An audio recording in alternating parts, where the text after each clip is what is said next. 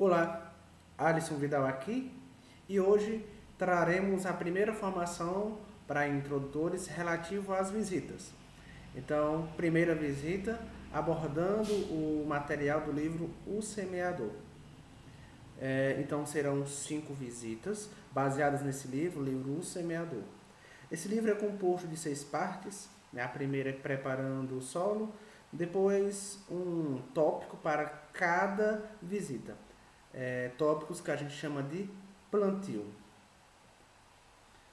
O primeiro plantio que iremos tratar agora, o amor de Deus e sua criação em Jesus.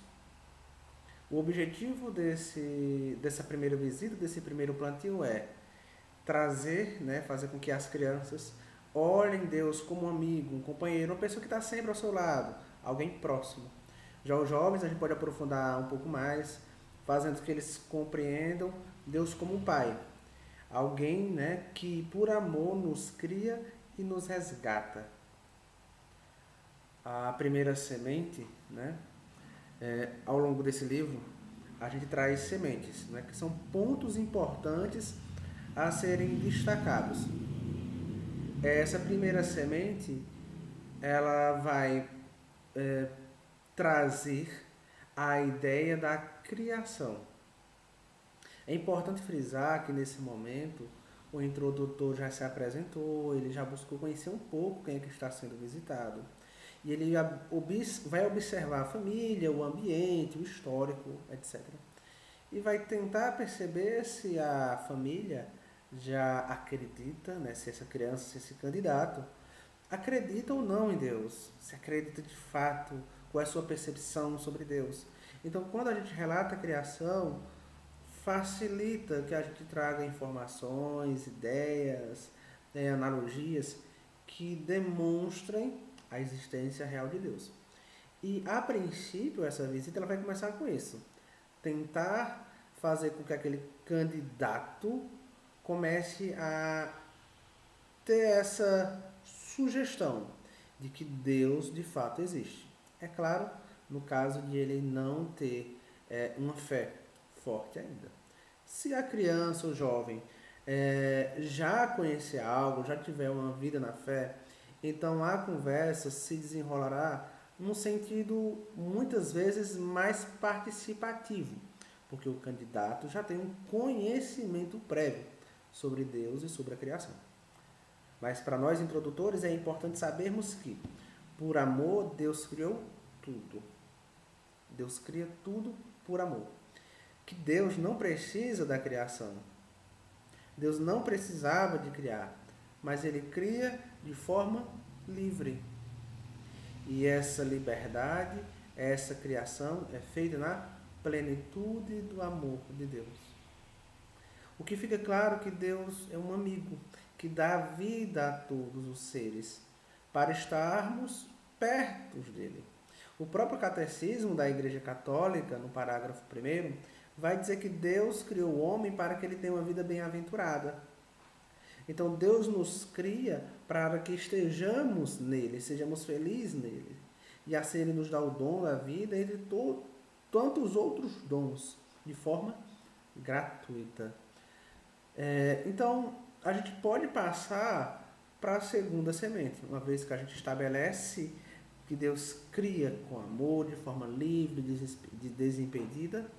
Então, a gente pode narrar a própria criação da humanidade, né? Ressaltando sempre que Deus criou todos para ficarem com Ele, sempre. E a gente consegue observar, quando a gente analisa o próprio homem, que existe uma necessidade natural das pessoas procurarem Deus. Faz parte da natureza do homem. Se a gente observar as primeiras civilizações, todas elas buscam encontrar a Deus. Buscam, nas suas formas, né, de culto, encontrar Deus. Elas fazem sacrifício, elas rezam, elas tentam de alguma forma se conectar com uma divindade superior. A gente pode observar essas diversas civilizações a presença de um deus ou vários deuses, um ser superior. A gente vê isso, por exemplo, na mitologia grega, romana, egípcia, celta, nórdica, a semelhança entre elas, a presença de sacrifícios, etc. Então, essa realidade do homem buscar a Deus está presente na própria alma dele. E à medida que o homem se desenvolve, também desenvolve sua forma de culto. Também desenvolve sua forma de culto. Assim, alguns conceitos, alguns fatos relevantes e que dizem respeito a Deus vão surgindo de forma similar em diversas dessas culturas. Por exemplo, a presença de uma trindade ou a presença de Deus como Pai, a presença de sacrifícios, a presença de um filho que é homem, que é Deus ou semideus. Então, essas civilizações vão se aproximando da verdade, mas não conseguem chegar até ela. A gente agora, uma vez que estabelece que o homem tem essa necessidade de buscar Deus, a gente vai narrar, com base na Escritura, a desobediência do homem. Percebam que eu ainda não citei a Escritura, mas também não há impedimento para citá-la para ler. Pelo contrário, é interessante que façamos isso. Peguemos lá o livro do Gênesis, que é a base para início dessa visita, que a gente narre a criação. É claro, se for conveniente naquele momento da visita. Mas podemos aqui trazer a ideia de que o homem vivia em uma plena harmonia com Deus. Que o homem vivia em plena harmonia com Deus. Só que pela desobediência, há o afastamento e dispersão da humanidade para com Deus. O homem que vivia sendo um com Deus tinha um acesso a Deus, que já tinha o céu garantido para si, né? Ele acaba desobedecendo esse Criador. E ele desobedece e se dispersa. Não é Deus que é mau e afasta o homem. É o homem que escolhe não estar com Deus. É o homem que é induzido e por própria escolha desobedece um pedido de Deus. Com isso o homem se afasta dele. O homem se afasta dele, fica disperso dele, de Deus. Só que mesmo assim, o homem busca se encontrar com Deus. Para facilitar essa ideia, essa compreensão da dispersão, a gente pode usar alguns exemplos, algumas analogias. Por exemplo, as formigas, que elas quando saem para buscar alimento e encontram, elas soltam um feromônio, certo? Que é um hormônio próprio, um hormônio das formigas. E elas vão estabelecer um caminho entre o formigueiro e o alimento, e elas conseguem ir e vir com segurança, elas têm um caminho até ele. Agora imaginemos que uma pessoa vai lá e sopra esse caminho. Então as formigas são espalhadas, bem como esse feromônio também é espalhado, fazendo com que as formigas fiquem perdidas, sem saber, sem conseguir retornar ao formigueiro. A gente pode dizer então que o pecado, o ato de desobediência, seria esse sopro no homem. O homem que tinha um caminho seguro até Deus acaba ficando disperso pelo sopro do pecado. Então perceba, quando a gente traz essa analogia, facilita a compreensão. Então o introdutor, para trazer essas ideias que a gente até já trouxe até agora, e vamos trazer, pode trazer vários exemplos, analogias, dinâmicas, etc. Tudo aquilo que facilite a compreensão daquilo que é ensinado. Aqui, por exemplo, a gente consegue ver na tela que a gente pode citar exemplo das abelhas, que o princípio se aplica da mesma forma, né, com a fumaça, entre tantos outros exemplos. Então, o introdutor ele é livre para dirigir a sua própria visita e o próprio Espírito Santo vai direcionando o introdutor nesse sentido. A quarta semente, ela traz a ideia de que Deus vem ao nosso encontro. Então, a gente começa a visita com a ideia de que Deus existe e que Ele cria por amor, Depois falamos da desobediência. Agora falamos que é Deus que vem ao encontro do homem. Deus percebe que estamos perdidos e vem ao nosso encontro. Algo que precisamos ter em mente que quando tratamos sobre Deus, devemos perceber e lembrar sempre que Deus ele tem algumas características. Entre elas, a perfeição. Deus é perfeito em tudo aquilo que Ele é. Então, se Deus é o Criador, Ele é um Criador perfeito. Se Deus ele é um amigo, Ele é um amigo perfeito. Se Deus ele é um homem, Ele é um homem perfeito. Se Deus ele é um pai, Ele é um pai perfeito. Deus é perfeito em tudo. Agora imagina só se um filho nosso se perde. A consequência natural é de que o pai o procure, o chame, o procure até que o encontre.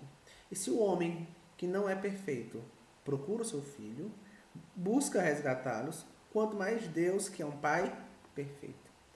Então, o próprio Deus vem ao encontro do homem perdido. Uma vez que estamos perdidos, afastados dele, buscamos encontrar algo que preencha essa falta. Olha só, desobedecemos Deus, mas no fundo do nosso coração nós sabemos que Deus existe. E vai ficar um buraco. A ausência de Deus, ela se faz presente no ser. E o homem, de uma forma ou de outra, vai buscar preencher essa ausência. Vai buscar preencher nos amigos, vai buscar preencher em jogos, em rotinas, em brincadeiras, etc. O homem vai buscar preencher esse vazio de diversas formas. Diversas formas. Ou às vezes com Deus. Só que há uma grande diferença. As pessoas, as coisas, ninguém, nada age 100% com amor. Apenas Deus tem esse amor perfeito. Deus ele vai atrás do homem, Deus vai atrás de cada um de nós de forma despretensiosa, porque Ele não tem nada a ganhar, Deus não precisa de nada de nós. Então Ele vem atrás do homem de forma genuína, porque ama perfeitamente. Deus não tem qualquer interesse nisso. Deus não precisa da gente, mas mesmo assim Ele vem e vem até as últimas consequências. Ao longo da Sagrada Escritura, principalmente no Antigo Testamento, a gente vê o Pai falando com o homem. Deus vem se revelando. Ele fala através dos profetas, dizendo: eu estou aqui, eu sou o Deus verdadeiro. E Deus ele mostra o caminho, Deus conversa com o povo, Deus se revela. E a gente fica claro quando a gente lembra das principais passagens que muitas das crianças jovens conhecem. Por exemplo, a história de Noé, Abraão, Isaac, Jacó, José do Egito, Moisés, entre tantas outras. Deus fala. Deus vem ao encontro, Ele vem falando, Ele vem chamando o homem. Só que o homem ele não tem a capacidade plena de escutar a Deus. E Deus sabe disso. Então Deus ele vem pessoalmente, Ele envia seu Filho Jesus Cristo para que entendamos, para que nós entendamos quem é Ele. Para que Ele restaure aquele elo que foi quebrado. Para que Ele vença o pecado, para que Ele vença a morte. Para que Ele restaure o caminho. Esse caminho que nós tínhamos até Deus e foi destruído pelo sopro do pecado, agora Jesus vem reconstruir. Afinal, Ele é o próprio caminho, como mesmo Ele diz. Eu sou o caminho, a verdade e a vida. Ninguém vai ao Pai senão por mim. Ele é o caminho. Então Deus envia o Filho para que Ele restaure esse caminho até Ele. Para que possamos mais uma vez alcançar a vida eterna. Alcançar a vida eterna. E assim Jesus restaura o caminho. Ele se revela plenamente. Jesus é a plenitude da revelação de Deus. E ensina como nós devemos ser. Ele mostra como Deus espera que nós sejamos. Ele mostra o padrão, o modelo de ser. Como conseguiremos chegar ao céu? Por onde andaremos até chegar ao céu? E Jesus é o caminho. Só que não é um caminho tão simples. É um caminho que é sacrifício. É um amor que é sacrifício. Compreender a real existência de Deus, o que Ele pensou para nós. Então, já falamos sobre isso. Nessa altura da visita, o visitado, o candidato, ele já tem a ideia de que Deus existe. O que Ele pensa para nós. Agora a gente pode aprofundar e pensar em seu amor por nós. E a maior prova e importância do amor de Deus é a entrega de seu Filho unigênito, Jesus, em sacrifício para a salvação de todos. Esse amor, ele é provado no sangue. É provado com a morte de Deus. Nesse momento, a gente pode fazer uma reflexão um pouco mais profunda.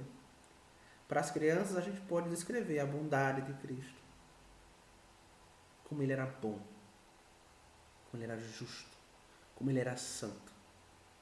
Como Ele era amigo. E mesmo assim se entregou por cada um de nós.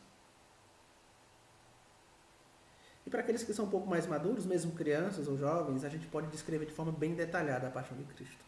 Bem detalhada mesmo.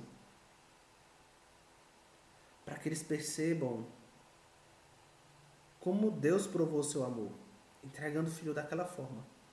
Daquela forma. E se a família estiver presente nesse momento, a gente pode direcionar algumas perguntas. E trabalhar também o seio familiar. A gente pode provocar para que a mãe, o pai, o irmão, diga se teria a coragem de entregar o seu filho em sacrifício. A resposta será não. Não entregaria a vida do filho. E o filho vai olhar e vai ver que a mãe, sabe, ama ele. Agora pergunte se ela daria a vida, se ela sofreria para salvar ele. Ela vai dizer sim. E o introdutor vai perguntar por quê? Porque eu amo. Eu daria a minha vida por ele. Mas ela jamais daria a vida do filho. E a gente pode perguntar pelo filho. Para o filho, para o candidato. E aí? Você daria também sua vida por sua mãe? Você se desgastaria para que sua mãe, ou seu pai, ou seus irmãos fossem felizes? Provavelmente ele vai dizer sim. E a mãe, ou o pai, ou o irmão que estiver lá, ele vai olhar para diferente. Ou ele vai olhar diferente para esse candidato. Percebam que é o momento onde a gente utiliza Cristo como parâmetro para essas pessoas. Para que eles se coloquem no lugar de Deus. Para que elas busquem compreender como Deus pensa, como Deus age. E assim possam se assemelhar a Ele. Percebam como elas se colocam no lugar de quem se sacrifica. Elas se colocam como Cristo se coloca. É o começo dessa imitação de nosso Senhor. Não comum, muitas vezes, eles vão chorar. Eles vão se sentir, eles vão se abraçar, eles vão se beijar.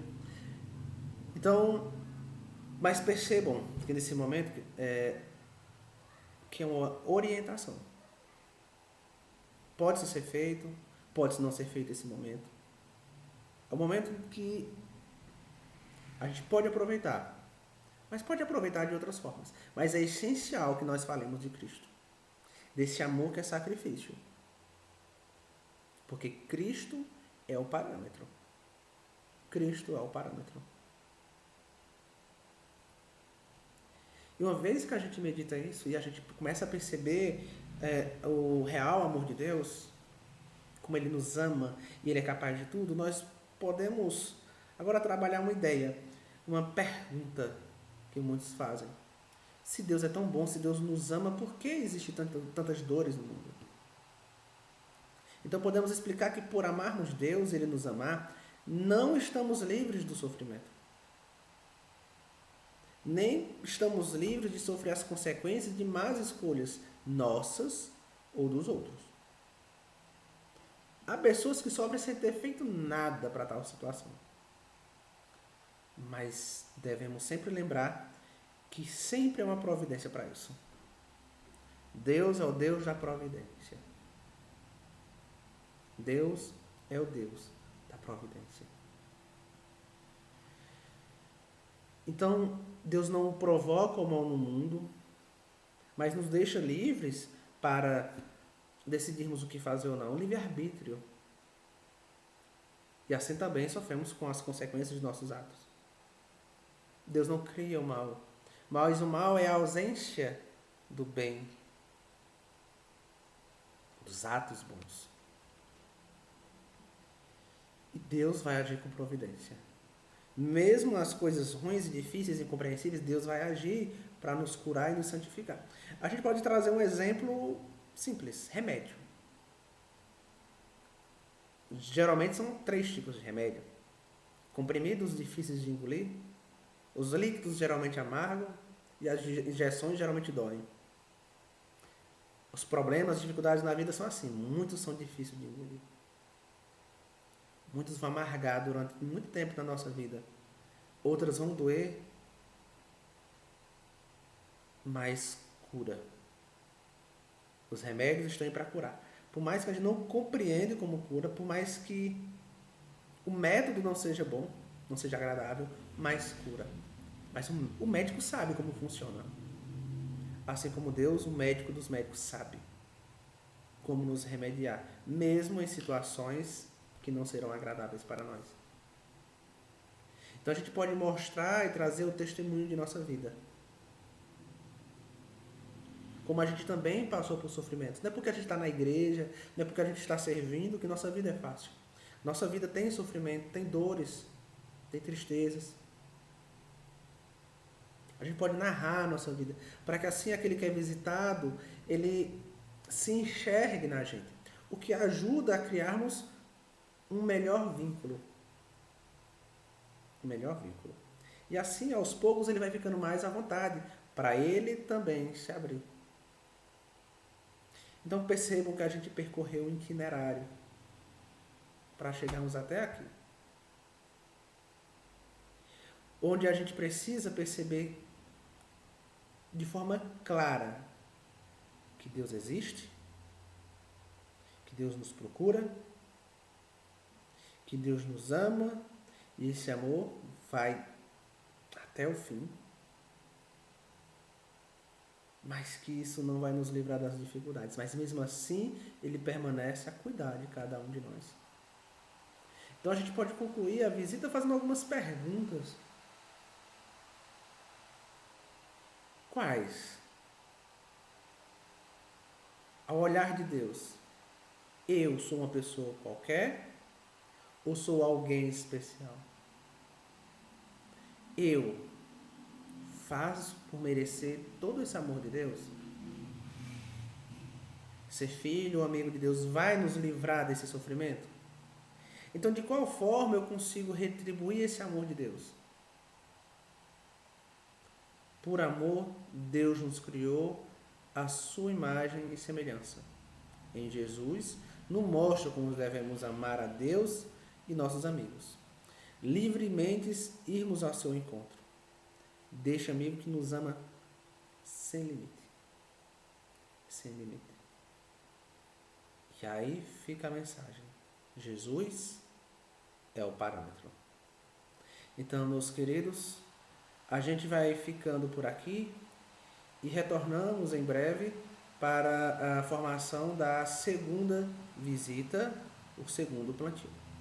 Então até mais, um abraço e fiquem com Deus, meus queridos.